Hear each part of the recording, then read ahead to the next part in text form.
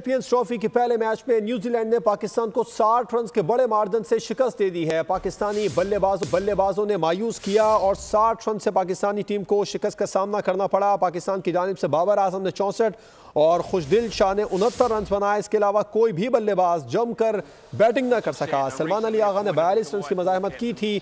New Zealand ने 320 run बनाए थे पहले बैटिंग करके। कप्तान मोहम्मद रिजवान ने टॉस जीतकर पहले फील्डिंग का फैसला किया था, जो कि गलत साबित हुआ। एक बड़ा टारगेट न्यूजीलैंड की क्रिकेट टीम ने स्कोर बोर्ड पर सजाया। 320 रन और 321 रन पाकिस्तानी टीम को मैच जीतने के लिए दिए।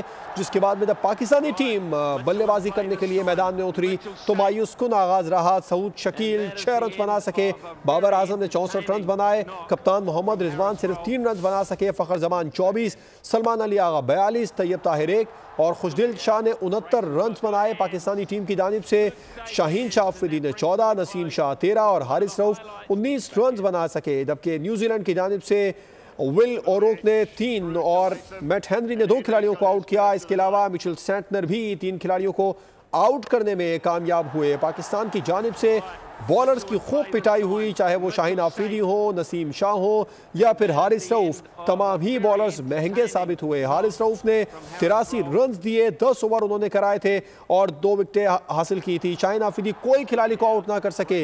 10 ओवर कराने के बाद उन्होंने 68 रन दिए थे। नसीम शाह ने 10 ओवर कराए, 63 रन दिए। फवाद मुस्तफ़ा क्रिकेट एक्सपर्ट हमारे साथ मौजूद हैं, उनसे इस बारे में बात करेंगे। फवाद साहब, मायूस कुन आगाज रहा। बॉलिंग तो चले जैसी हुई सो हुई, लेकिन मॉडर्न क्रिकेट में 320, 22, 25 रन बन जाया करते हैं। अभी पाकिस्तान ने भी 2 मैचेस कबल बनाए थे 352 रन। तो बैटिंग को किस तरह देखते हैं आप? देखिए, पहले तो बॉलिंग की बात तो शुरुआत बड़ी बुरी हुई। फखर जमान का शुरू में ही अनफिट हो जाना और ये पता चल जाना कि जी वो बैटिंग में शुरू में नहीं आ पाएंगे।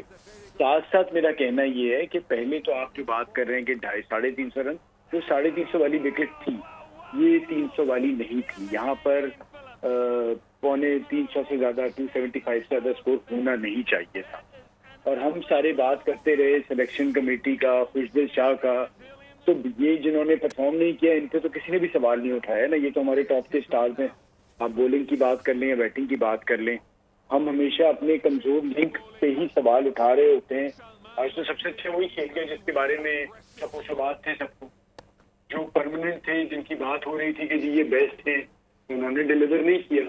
और दूसरा ये है कि बैटिंग में भी कम से कम करीब तो आना चाहिए ना। मैं मानता हूँ कि जी ठीक है 300 से ऊपर का टारगेट मुश्किल था, लेकिन हमारे बैटर्स तो उस तरह नहीं खेलते ना। बाबर भी जिस तरह खेले, जितनी बॉल्स पे जितने रन के, सलमान आगा नजर आए कि जिस तरह से नई क्रिकेट खेली जा रही है। बॉलिंग की तरह बताएगा, शाहीन आफरीदी और हारिस रऊफ बहुत ज्यादा मायूस कर रहे हैं। वही है कि क्रिकेट अब काफी चेंज हो गई है, आपको स्ट्राइक रेट बेहतर करना होगा। तो खैर अब झटका लग गया। अब आपका इंडिया के अगेंस्ट डू और डाई वाला मैच है, आप उसमें हार गए, आप पारे हो गए। तो सारा जो जज्बा जोश है वो हमारा बस अब 23 तारीख पे डिपेंड कर रहा है। उस दिन हम कैसा करते हैं, अगर हम उस दिन बुरा करते हैं भारत, कितनी सी बात है जी।